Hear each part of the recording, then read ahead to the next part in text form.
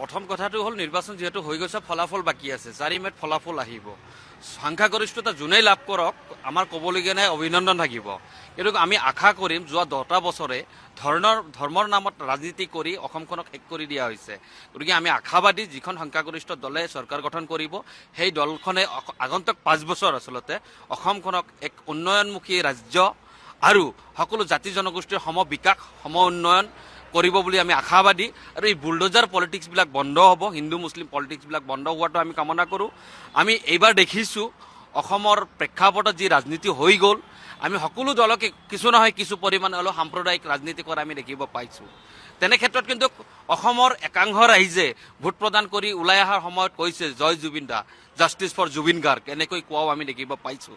গতিকে আমি আচলতে আত্মিকভাৱে জুৰি থকা এটা অসম, এই অসমখনক ভাগ ভাগ হোৱাটো আমি মুছলিম ছাত্ৰ সন্থাই নিবিচাৰোঁ।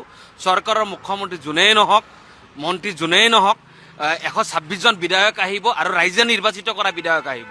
গতিকে এই 126জন বিধায়কক আমি এটা অনুৰোধ কৰিম যে 4 তাৰিখৰ পিছত অসমখন যাতে ভাগ ভাগ হ'ব নোৱাৰে, 4 তাৰিখৰ পিছত যাতে কোনো জনগোষ্ঠীৰ ওপৰত বৰ্বৰ আক্ৰমণ নহয়, সাংবাদিকৰ ওপৰত আক্ৰমণ নহয়, জুবিন গাৰ্গে ন্যায় পায়।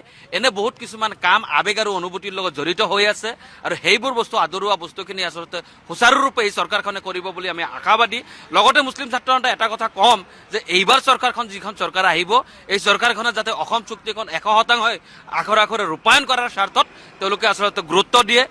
BTR একৰ্ড যিখন আছে, BTR একৰ্ডটো যাতে পূৰ্ণাংগ ৰূপত কাম কৰে, তাৰ কাৰণেও আমি ক'ম। আমাৰ অট'নমাছ কাউন্সিল যিকেইটা দিয়া হৈছে, বিভিন্ন কাৰণত আচলতে কোচ ৰাজবংশী হাতিয়াৰ পাৰ্টি হওক, তেওঁলোকে চাৰেণ্ডাৰ কৰিছে, অস্ত্ৰবাহী সংগঠনসমূহ যিটো চাৰেণ্ডাৰ কৰি আলোচনাৰ মাজেৰে আহিছে।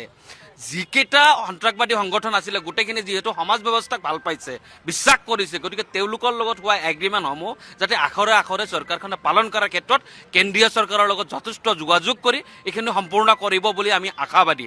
অন্যথাই কি হয়, ৰাজনীতিৰ নামত অকল নিজৰ গতি দখল কৰাটো যদি লক্ষ্যৰ উদ্দেশ্য হৈ থাকে, তেতিয়াহ'লে অসম ভাৰতবৰ্ষৰ আটাইতকৈ তলৰ ৰাজ্যৰ ভিতৰত 1 নম্বৰত পৰিণত হ'ব।